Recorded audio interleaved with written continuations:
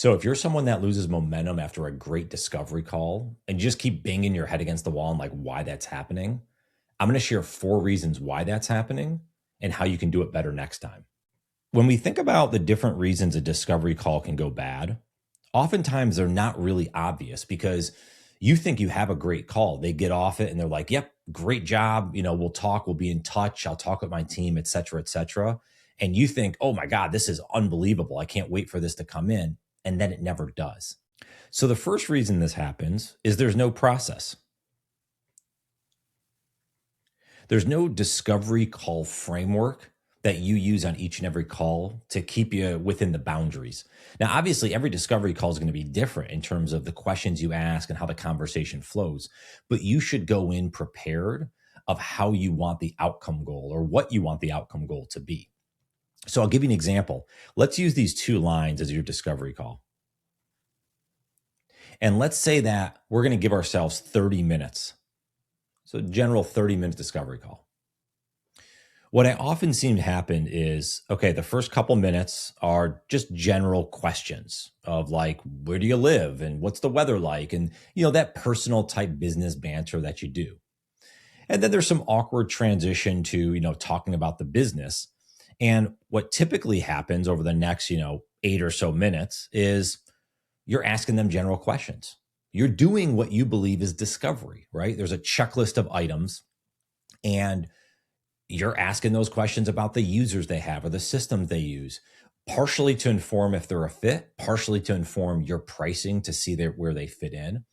But a lot of times it's not to uncover the real deep problem that they're having and the impact that that's having on their organization. I talk about this a little bit in another video. I'll link up below.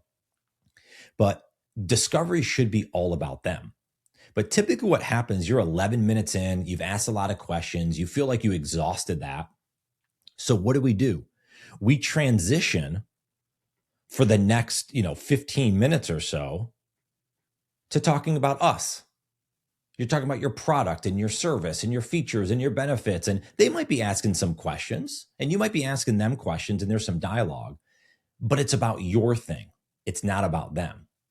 So this is where one of the big things that happens at the end of the call, where there's this drop off of, God, they were so excited. They loved what they saw, but then they didn't do anything. Well, that's because of number 2. There was no value. It was kind of like vapor, right? It was kind of like a ghost value where, yes, they were excited. They liked what they saw, but it didn't tie back to their problem. It didn't tie back to the impact that the current problem is having on their organization. And they couldn't see how your product or service at this moment could solve that. So there's no value. So typically what happens is there's no real next step. Now, a lot of times what happens in this situation, and this might sound familiar, is you start talking about, hey, what questions do you have? Or, how do you want to proceed from here? And their next question is, well, how much does it cost? Because you just shared everything about the product. You shared everything that they need to know. Well, the general next question is, how much does this cost? Now, there's no value to tie that to how much it costs and whether or not they'll buy it or not. But you'll either share the pricing then, or you'll say, hey, let me send over a proposal, and you'll do that through email. Both are not the best way to do it. And both take you out of the power position, out of control of the opportunity, and just throw all the information over them and said, hey, figure it out. And typically the reason is because there's no next step. There's no actual next step of what's going to happen. It's typically I'll send you this email and then kind of let me know what you think.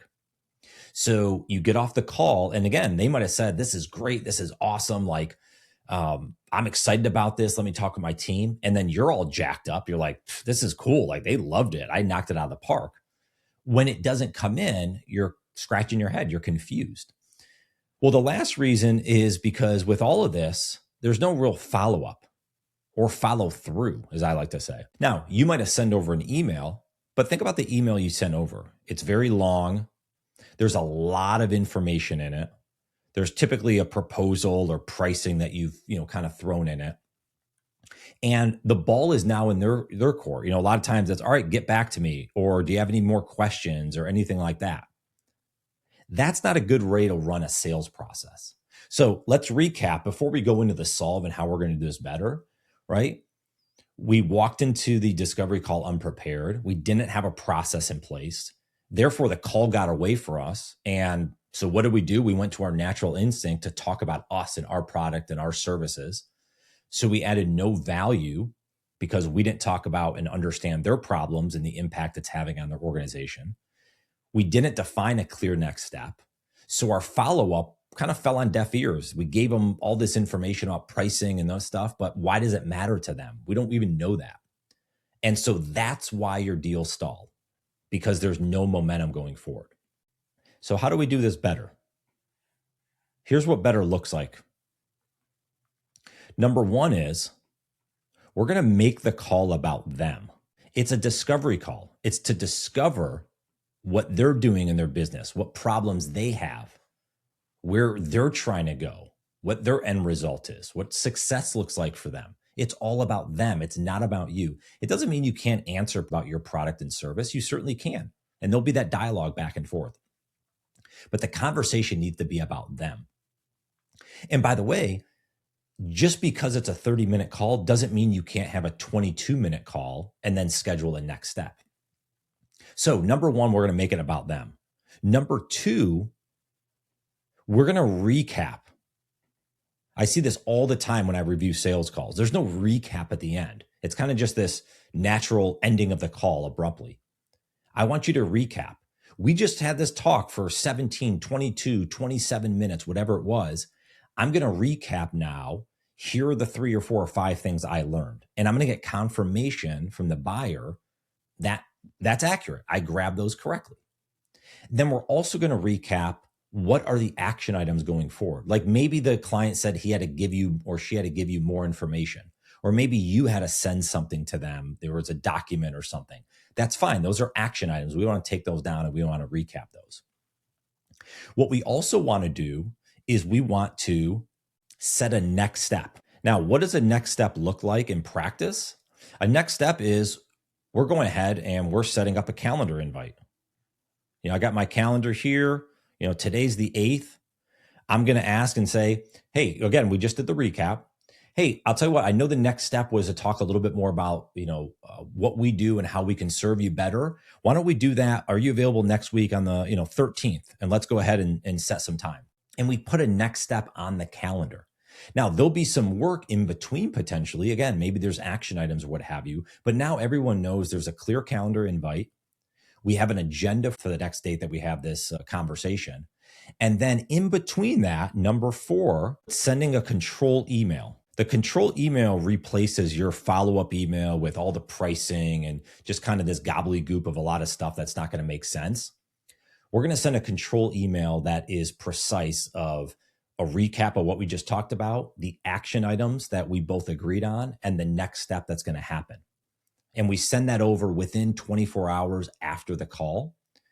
I'll put below the control email framework that I use. Feel free to use that template, make it your own, and send that after every important call that you have. All right, so how does this all come together? We're now going to make it about them. We're going to recap everything we just learned on that discovery call that was about them and their problems and the impact, they want to have in the organization going forward. We confirmed a next step, whatever that is. That could be talking about your product and service, doing like a demo. It could be a proposal call. It could be a next discovery. Maybe they want to bring in some other people. It's going to range depending on the product and service you sell and the industry that you sell into. But we're going to have a next step on the calendar. And hopefully it's within a week or 2 after we just had our call. Now, things happen where they have to push out 3 weeks or a month. That's fine. But you'd rather get it on the calendar so you're not chasing through email. And then 4th, we have to send our control email. We have to send that wrap up that's going to have the recap. It's going to have the action items, and it's going to have the next step so that we can get their confirmation that they're on the same page. We look more professional doing that, and nothing gets lost in translation. So that's how you stop losing momentum after a discovery call. You have a better system in place to walk through and be that guide for the buyer. Because at the end of the day, it's not about you selling a product. It's about helping your buyer buy the product that they need for the problems that they have. The better you do that, the more professional you show up doing that, the better opportunity you have to have greater conversations that lead to amazing partnerships. So try that next time on your discovery call. And I think it's going to be a massive win for you to think differently going forward. Well, I hope this video was helpful for you. If it was, give it a like and subscribe below. Share with another startup founder friend that you have. And I'm leaving the control email framework below as well that you could use on your next important conversation. We'll see you next time. Take care.